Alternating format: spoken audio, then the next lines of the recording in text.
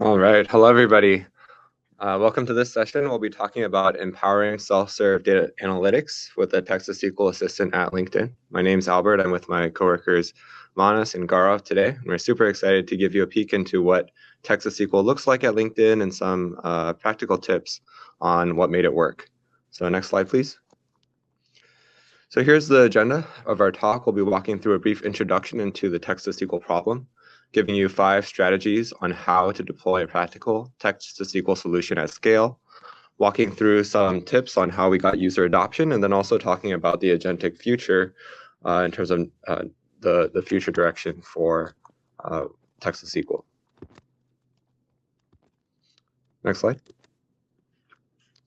So before we get too deep into it, I just want to introduce the text-to-SQL problem. I'm sure most of you are familiar. It's about the user comes in, there's some natural language text, and we want to convert that to a SQL query for that text. And so it's basically providing a natural language interface to the data, right? But not all text-to-SQL problems are the same. Some key dimensions to think about are who's the end user? Is it an internal user? Is it an external user? What's their technical expertise? Do they know SQL? How many data sets are we trying to do this on? Is this like a kind of a bespoke application over a few tables, or is this something that should operate across all the data sets within a company? How much specialized knowledge is required? So if you think about an employee or a given user who's writing SQL queries, how much specialized knowledge do they need in order to maybe understand the domain? So for something like transaction data or user engagement data, it might be more standard, but there might be also more niche areas which require more specialized knowledge. And then finally, thinking about the target user experience. So in some cases for text-to-SQL, we actually want to kind of handle even all the SQL on the back end and just present the results directly to the user. But in other cases, we want the user to actually work with the SQL and get to a response. So not all text-to-SQL solutions are the same. Next slide, please. I will show you, kind of orient you as to what we're looking at LinkedIn. So for LinkedIn, we were focused on an internal use case. Our users are LinkedIn employees. Most of them, they can have no SQL experience or be data experts, but for our particular case, we're especially interested in those with no SQL expertise. We have millions of data sets across product areas, and we wanted this solution to work for all users. And we're looking at a data query assistant for data analytics. And some of our product areas, they are sort of less niche areas. Others are actually harder to understand. And so we want this solution to work across all of them for all the users. On our next slide, we'll show you kind of the overall architecture for what the text-to-SQL solution looks like. So on the left, we have a question coming in from the user, and we're developing this as like an interactive chatbot. So the user can ask questions, we give a response, and then they can follow up with another question and we give a response. And what you see in the middle is the compute flow. So whenever the user provides a question into the chat box, we have an intent classifier that routes that question to the appropriate agent. So the question could be a write query question, it could be find data, or it could be about fixing queries or something else. And I want to direct your attention just to that top row. So for text-to-SQL, or we're writing a query given a natural language question, we start by retrieving context. We treat this as a RAG type of application where we're retrieving the schemas, example queries, and other type of context, and organizing that context, ranking that context to pass to a query writer. And for query writing or generation, we have a loop of both generating a query, validating the query, and then fixing it until we get to a final response. So that's just the overall architecture to orient you. And then next we'll get into the 5 practical tips for deploying a practical text-to-SQL solution. So let's start with number 1. First one will be quality metadata. I'll cover that one first. All right, so as I mentioned, this is a RAG application. If you just try to give, let's say, ChatGPT a question from your enterprise, it's not going to write it on the right tables because it doesn't know what tables you have, right? Or it might not use the correct semantics. And so it's really important for us to curate that context and then to be able to expose it to the LLMs and retrieve the right context. So in this case, it's important just to have the right table descriptions, example queries that are high quality. And we found that by providing the LLMs with the right context, we found quite a big lift in accuracy. And we'll share some of those numbers later. And so with any LLM-based solution, the grounding is very important. And we can't, even though it's not too interesting necessarily, you can't skip this step. So we actually did some data certification where we took the top data sets across many product areas, and we asked data experts to certify that they had quality descriptions. And this was very helpful to jumpstart our text-to-SQL process. Next slide, please. Okay, and so we organized all of this context into a knowledge graph. On the left, we have nodes. We have users, table, clusters, groups of tables, similar tables, and then tables which contain fields. And the reason that we need to model each of these is because we just don't only need to understand tables, but we need to understand users so that we can personalize the responses to a given user. And then we also, for each table, are collecting not only descriptions, but custom instructions on how that table should be used, jargon that maps to these tables. We have table popularity and common joins that are extracted from historical query logs. And so I think about all the data that's kind of available in our enterprise setting and organize it into this knowledge graph so that we can use it in the LLMs. Next slide, please. All right. So another tip that we have for text-to-SQL is query validation. This is after a query is generated. It's helpful to check the work. So in our case, we are writing a query, returning it to the user. And we're expecting the user to then execute the query in like a SQL editor. But if the user hits an error, that will be a very negative experience for them. Right? And a lot of our users who don't have much SQL expertise, they don't know how to debug these queries. So what we try to do is preemptively fix errors that we can detect before returning the query to the user. So one basic thing to check is whether the tables in the query exist. Right? Like, are these actually available? Do the columns in those tables exist? Will the query run? Like, are there any syntax errors, maybe any function errors? And does the user have access to the tables? Because maybe the query is perfect, but the user doesn't have access. So these are things that we catch and detect and then fix with the self-correction agent before returning answers to the user. We do this validation against the knowledge graph that we have before. For example, we can check if tables and columns exist that way. And we can check if the query runs by running the explain plan and just seeing if there are any errors detected. So something interesting to note is that, like, in order to check if a table exists in a query, we have to know which tables are in the query. And we found that the LLMs are pretty good at doing that. So besides just query writing, we also use LLMs to extract fully qualified table and column names as part of the validation. And we'll show this a little bit later in the UI, but if there are, sometimes users don't quite know what to do with a query. And so we actually just show these validation results directly to users as well. So they know what we've checked already and what they might need to follow up on. So next I'll hand it off to Manas to talk about the next one. Thanks, Albert. Now let's look at the third key strategy. As you all know, a good interactive chat user experience is very crucial in driving the adoption of the solution. And users prefer ease of use and even like fast responses.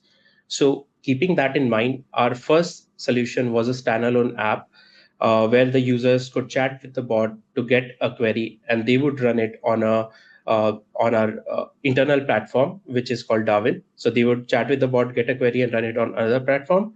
But we realized like we could do better. So we integrated the bot directly into the Darwin platform, where the users would chat with the bot within the platform itself, and then use the bot to write and execute their queries. And this helped us improve the adoption by 5 to 10 times compared to the standalone app. Uh, Another thing we did was we introduced the Fix with AI button. You can see the first screenshot, the leftmost screenshot in the image. So we added a Fix with AI button right where the query execution error occurs. And as soon as user clicks that button, there'll be like a chat. The chat session will open, and it will provide them with a quick fix for their error. Now, this feature has been a game changer for us, and 80% of our sessions are utilizing this, and it saves like valuable time for our users in debugging their queries. Now, another crucial aspect that's important is to create a conversational experience where users can ask follow-up questions. Uh, so we keep them in the loop, and the bot can answer any questions that they have where they want to understand the query better, or even like they can ask the bot to modify any responses. And this helps them feel more confident in getting the final queries. Now, the third thing that we added are we introduced some rich chat elements. So we added. So as you can see in the screenshot in the third image, uh, for in the table element, like for the table, we provide them with information like whether the table is certified, or how many times this table has been used in the past n days. So we provide them with this information, and this helps them understand the bot's output better, and also helps them understand what factors went into like the decisions that the bot made to provide the response. Next, I'll talk about the strategy number 4. Yeah. So the fourth strategy is self-serve customization. Now, during third strategy, we realized that users prefer if they have uh, like if they can customize the bot's response according to their own like problem specific needs.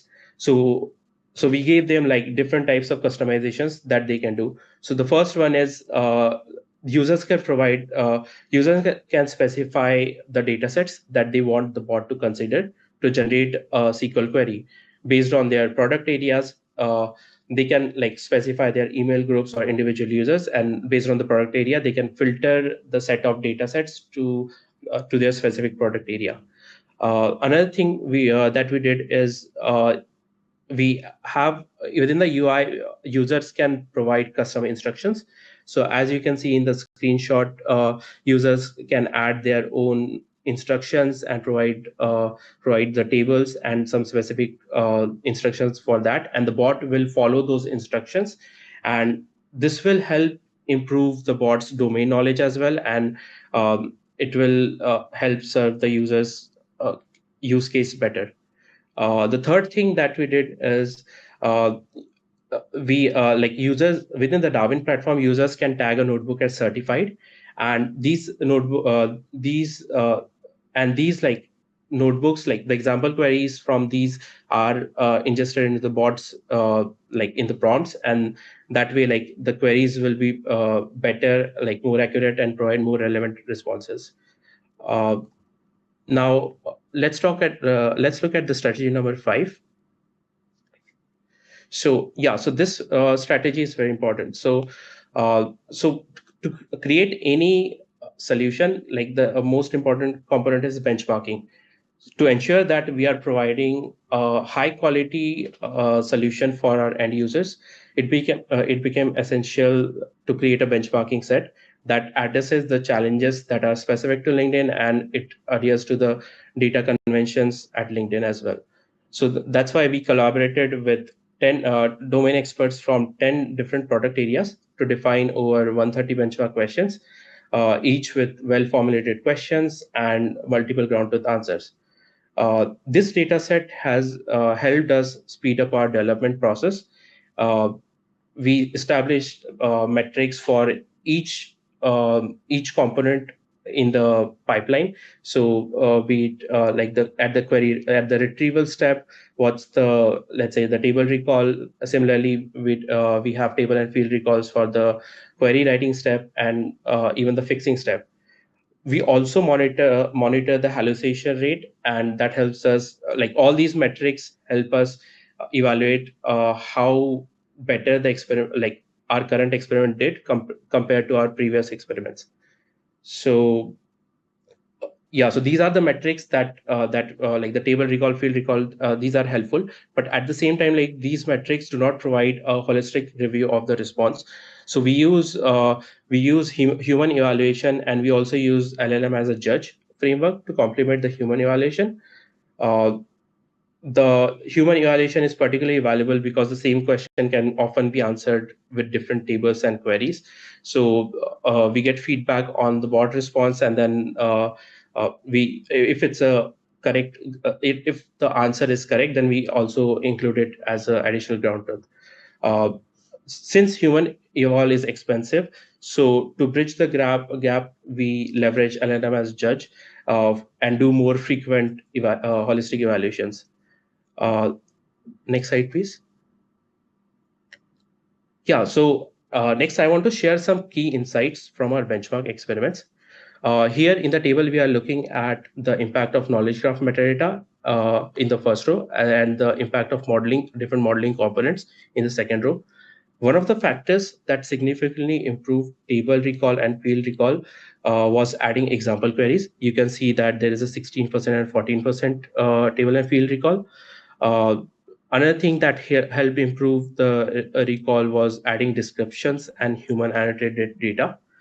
Uh, Regarding the different modeling concept components, so we added a re-ranker that re-ranks the context that is provided to the LLM. So this re-ranker helped improve the table and field recall by 9 and 5%, and at the same time, it reduced the hallucination rate as well.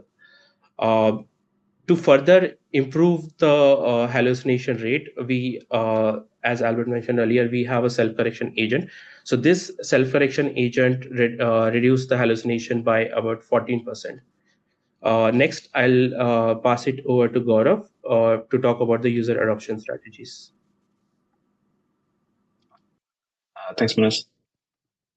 So next we are going to talk about the different strategies we have iterated through to increase the user adoption of our text-to-SQL solution called SQLbot across LinkedIn.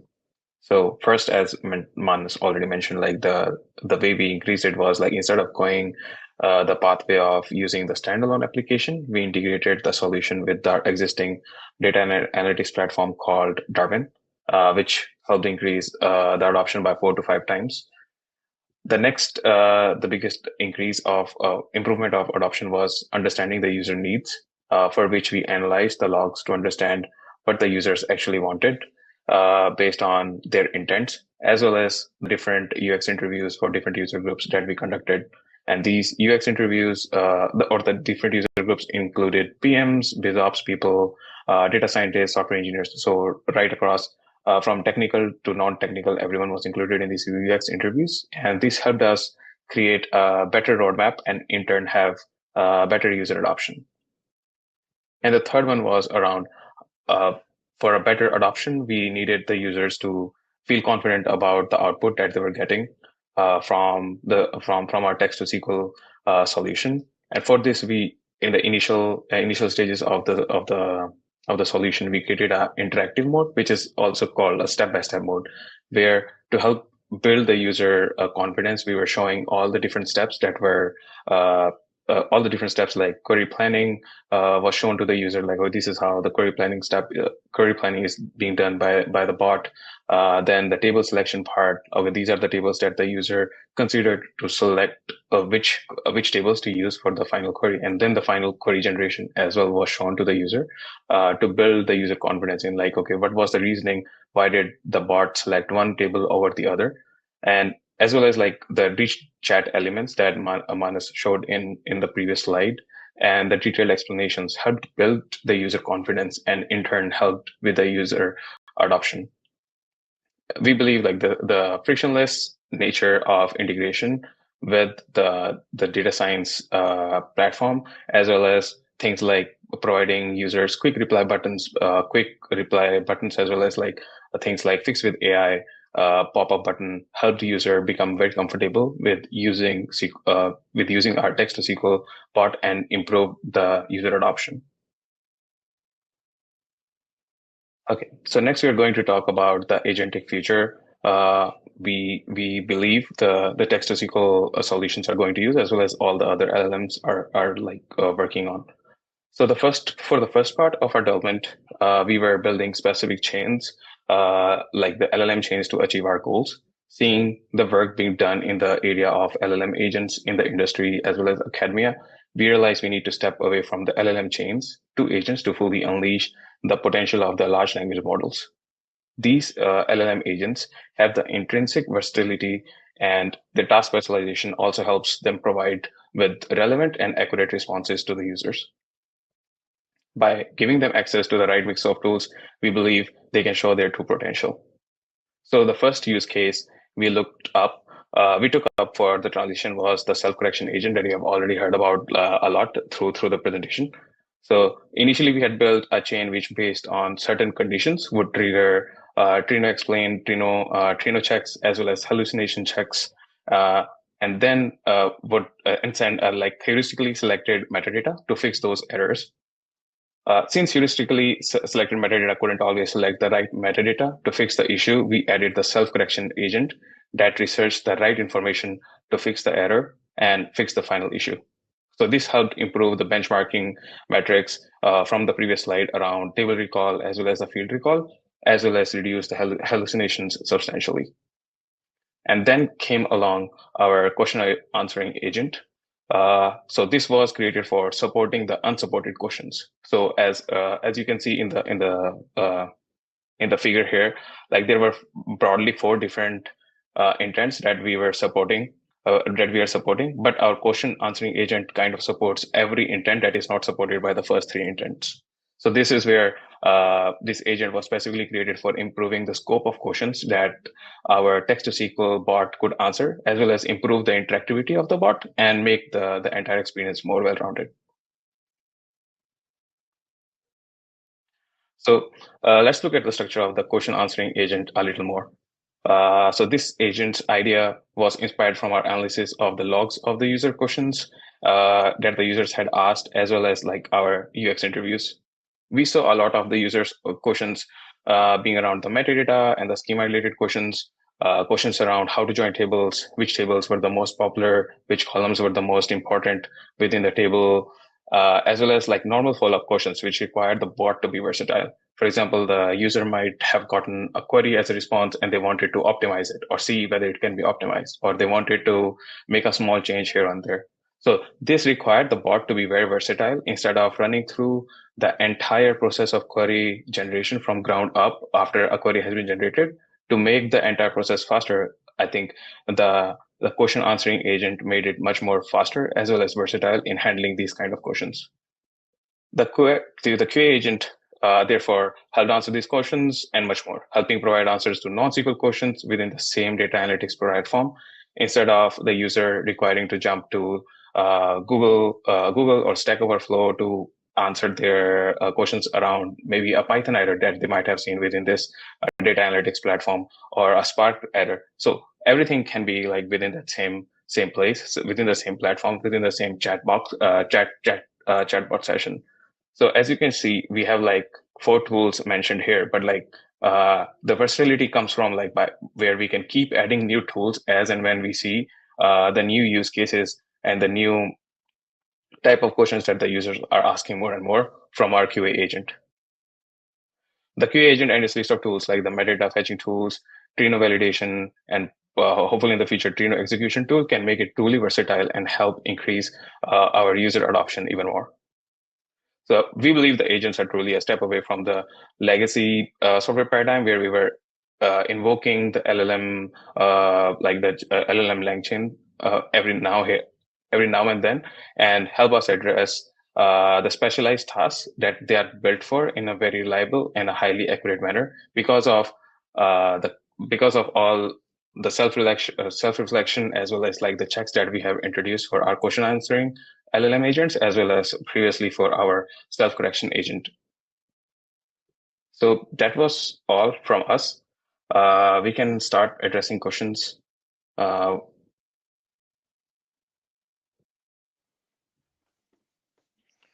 thank you so much. You definitely caused a lot of questions in the chat with your things like really high confidence level and low rate of hallucination. So I have a first question myself, actually. So when you talk about hallucinations in this context, what do you see as hallucinations? Like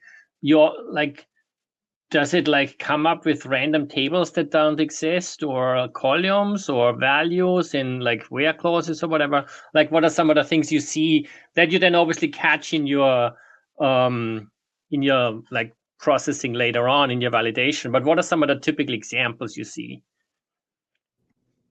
Yeah, I could take that first. So we typically see table, field, and value hallucinations, everything, all of the above. With table hallucinations, usually it's that, let's say the user is asking a question and we don't retrieve the right tables. Then the LLM either will say, I can't answer the question, or it will just make up a table name. Right? Like suppose you present it with none of the correct tables, it'll just make something up. Like how many weekly active users were there last week. And so what we can do is we can detect table and field hallucination fairly easily. Table and field, yeah. But for value hallucination, what we do is we provide the top 10 values for categorical fields to the LLM so that it can kind of match it up. We don't explicitly validate that right now. But in terms of our evaluation, we do have LLM as a judge to like check our queries against a ground truth query and see how accurate it is. Yeah, so that's really cool. So it must have been quite the learning process. Obviously, like this is a pretty complex setup you have, right? Like this literally like rivals some of the vendors in this space if it's not even better because it's catered to your needs. Maybe you want to share some of your like lessons you found that like how to build up that infrastructure and like make that all work at that scale. Sure. Yeah. So a key part of this is like being able to pull in all the metadata, right, and answer a question quickly. And so we do a lot of this like pre-ingestion, where there's millions of tables, but only thousands of them are used very frequently. And so we basically figure out which tables need to be accessed very frequently by different areas, and that helps narrow the scope of the tables we need to pull from. And we pre-ingest all the metadata example queries for those tables. Then in terms of like supporting the long tail, we do API calls. Like if a user says, write a query on X table, we extract the table names from that question that's coming in, and we pull in the metadata live so that we're actually able to support questions on any table. So I think it's a balance of like, yeah, building all of the metadata ingestion pipelines. Yeah, and then being able to support the long tail. And we do the same thing on the modeling side. Like we have those 3 dedicated agents to answer the top questions that users are asking. And then we have a more general purpose agent for the long tail. That's maybe related to one of the questions Deepak is asking, which chat models you're using for this tool. Yeah, Manas, do you want to answer? Yeah, we are using both GPT-4o and GPT-4o Mini. So we are using OpenAI models currently. Yeah, we strategically place them like based on our experiments and like looking at the latency, since that is also an important component. So yeah. Okay, then here's another one that's also related to what I wanted to ask. Like, obviously, there seems to be a lot of focus and importance on the metadata, essentially. And then the question here is how often you update the table metadata in the vector store or in general. I'm assuming you do that all the time, pretty much. Like, yeah, I believe it's a weekly refresh. So we have different pipelines pulling in different parts of the knowledge graph, like the example queries, the table metadata. And so if table is deprecated, we actually get that signal and we can remove it so that it doesn't get used. cool, very, very interesting. So a related question that I have to some degree is also, like, obviously you were saying in your presentation that like you got a pretty big user increase from that, right? Like you're basically unlocking the potential of more people finding knowledge and stuff like that with your tool. What does that mean downstream though? Like surely you would also then have to size up your like your backing infrastructure, right? So like did you have to increase your Trino clusters and stuff like that to take this additional load somehow?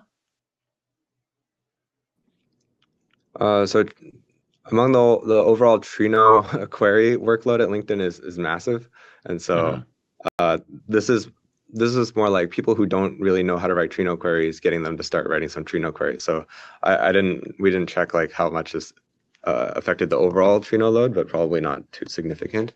Okay. There's a lot of value in terms of users who couldn't write Trino queries before being able to use it now. Yeah, that's really cool. Do those users then also get to see the SQL and potentially like I guess to some degree by seeing them all the time learn from that, or is that all hidden? Yeah, we think so. So before we started this work, we actually interviewed a bunch of the different product managers. Those are one of our key users. And some of them had learned about SQL in college, but just hadn't touched it in many years. And so this was kind of reintroducing that SQL to them. So we show them the SQL query. We actually have inline comments with each comment table expression. So each block there has a comment explaining what it's doing. They can go over and run it. They can look at the explanations. And hopefully they're getting more comfortable not only with SQL, but also with our data sets. Awesome. That's really cool. So I see there's lots more questions. I'm guessing you are all hanging out on the Trino Slack channel here and there anyway. So hopefully people can find you there. And we'll make the recording and the slides available. And with that, I think we have to switch to the next session.